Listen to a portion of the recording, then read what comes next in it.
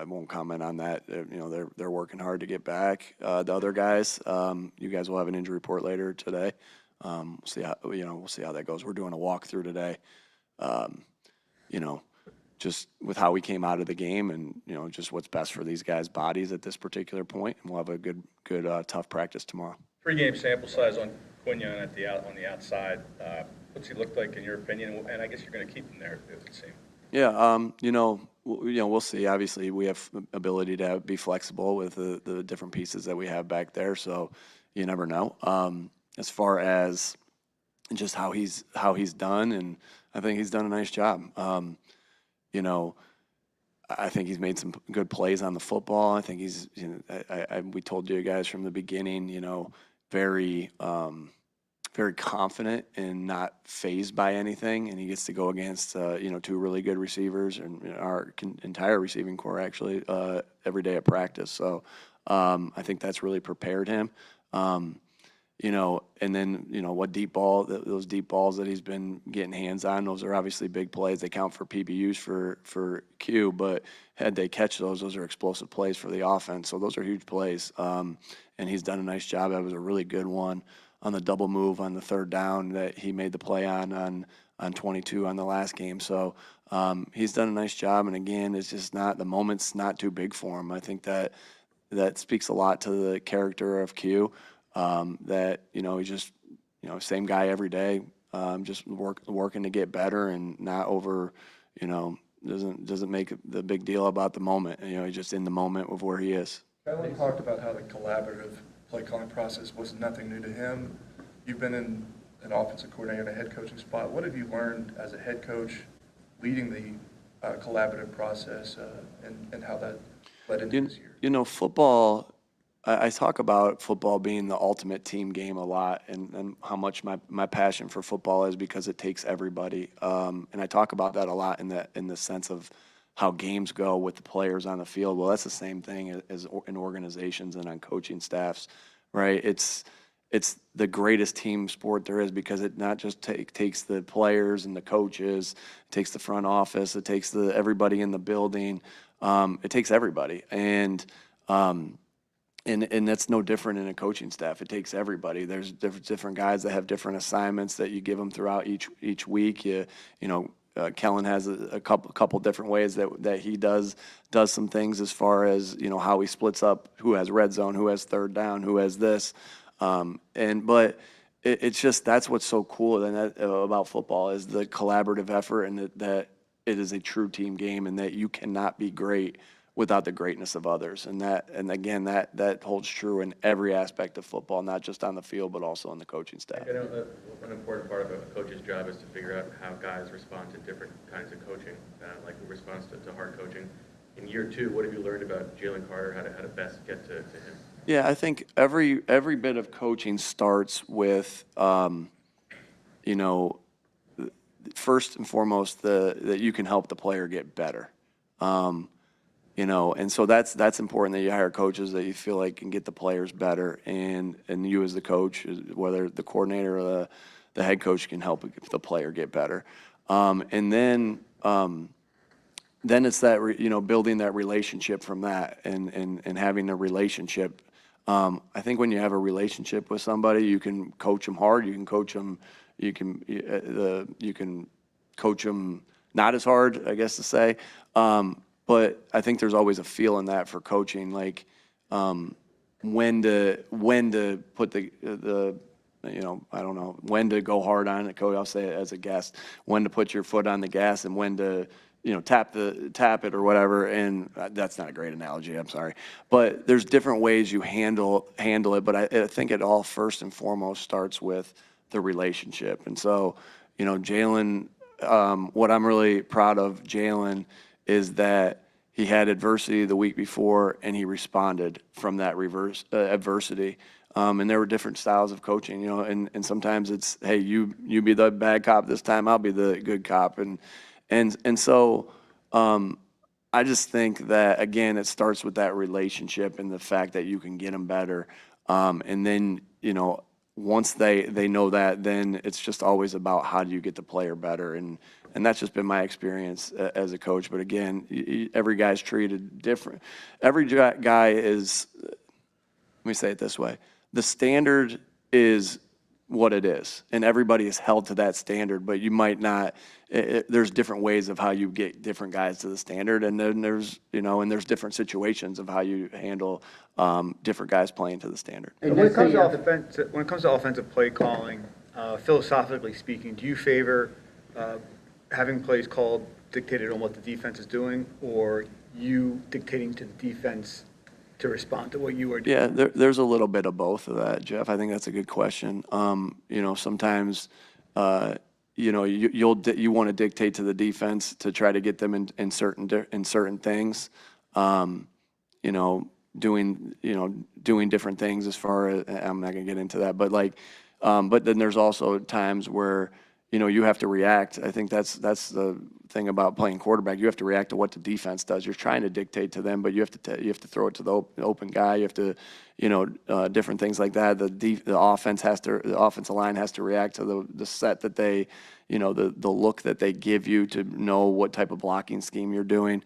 And so I think it's a little bit of both and, because again, if you're saying I'm just going to dictate to them, and then you don't run the appropriate blocking scheme toward it, I think this is the easiest way to say it. If you don't run the appropriate blocking scheme towards it, you won't pick up whatever it is, the rush by the front or the blitz.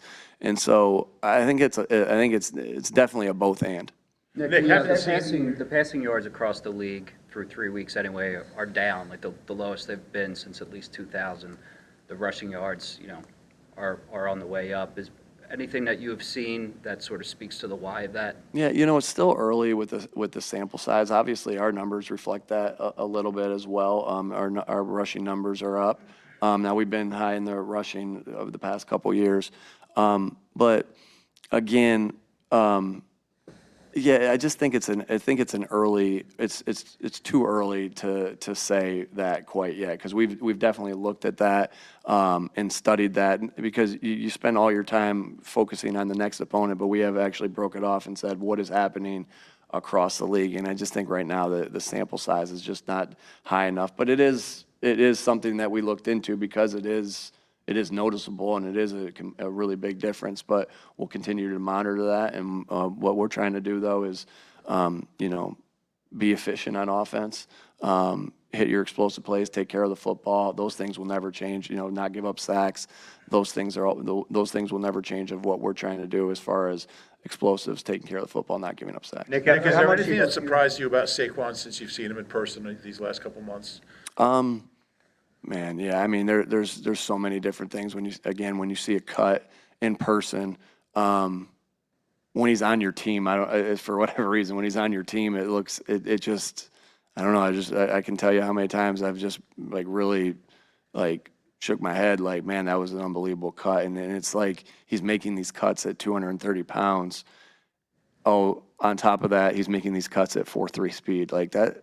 And these guys, who's like him? You know what I mean? It's so it's you're seeing it's just really cool to see him. And again, I always will go back to everyone. You guys all see the plays that he makes, but what a teammate he is.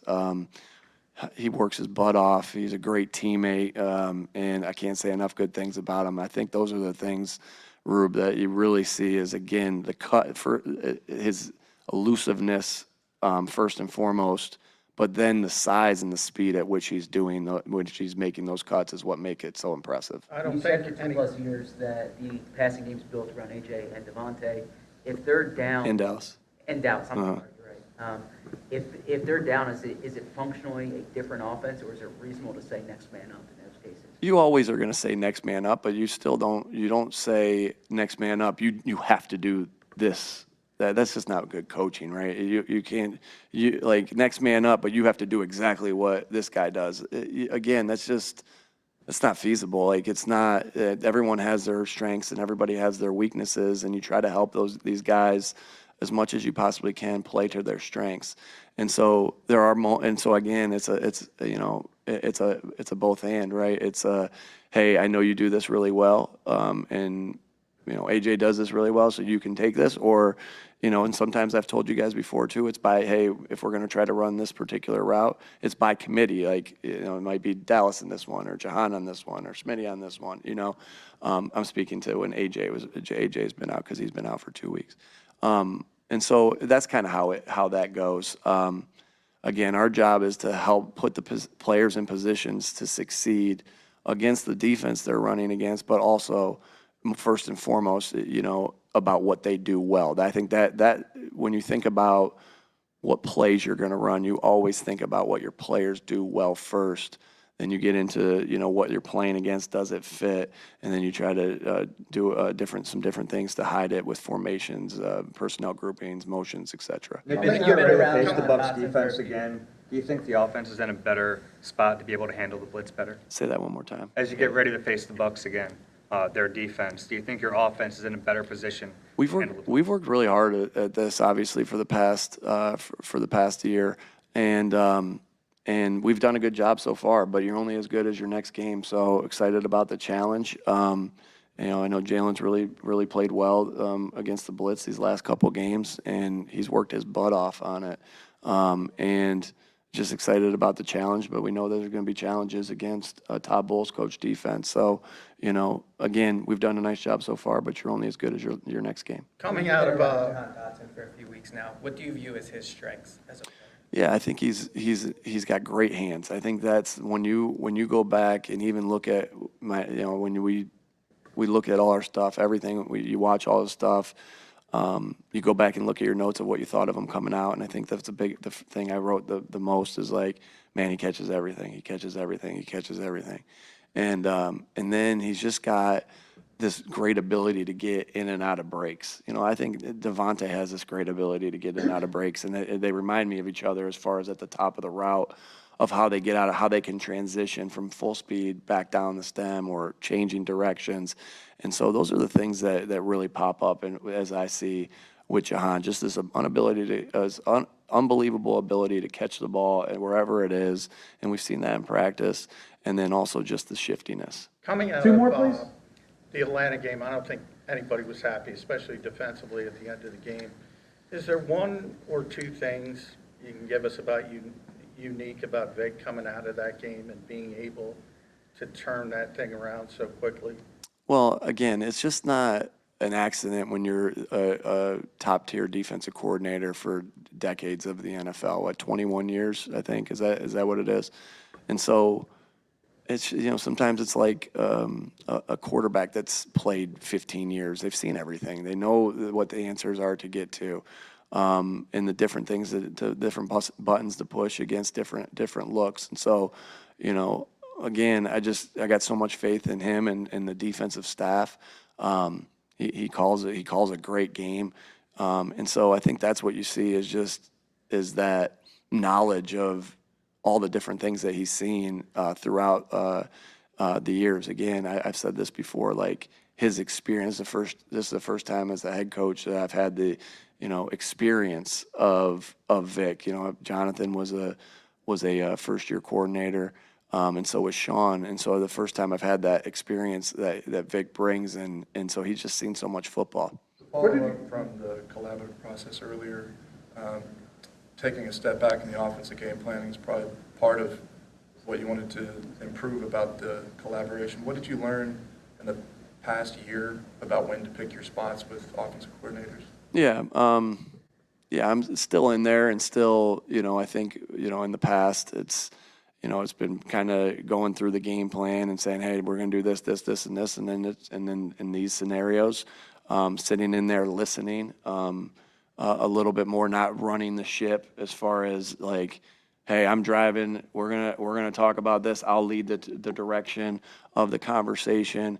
It's more now, I'm sitting passenger seat, listening to the conversation, adding my information. Again, I'm not going to be shy to say, hey, here's what I think in this scenario, or here's what I think in that scenario. But it is more, I'm letting Kellen drive the car.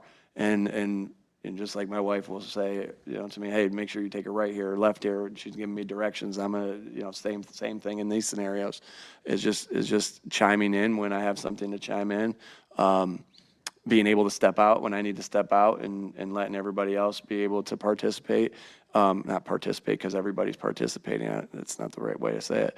But it is just, just not having to put all the tapes together, all those different things like that, which has been freed me up to do other things, but still be able to say, hey, take a look at what we did. I mean, this was a conversation last week. Take a look at what we did in 2020 against Houston at Indy in this game on this particular play versus this particular look. How do we think that looks against this? And so, again, the same deal, like Kevin Patullo has a ton of experience. I have a ton of experience. Kellen has a ton of experience. And that, again, is the great thing about football. And that's really the great thing about life is you don't have to go through this by yourself, and you get to get together. Like, one person coming up with one thing can't do what 4 people do together, 5 people do together, 6 people do it together, right? That's what makes it a great team game, and you lean on everybody. I've talked to you about how I've learned a lot from Kellen, and I'm sure Kellen's learned a lot from us as well. And that's how you grow as a coach. That's how you grow as a person. Is other people. None of us have all the answers. None of us. And I think that's what's cool. The cool part about football. All right. Thank you. Thanks.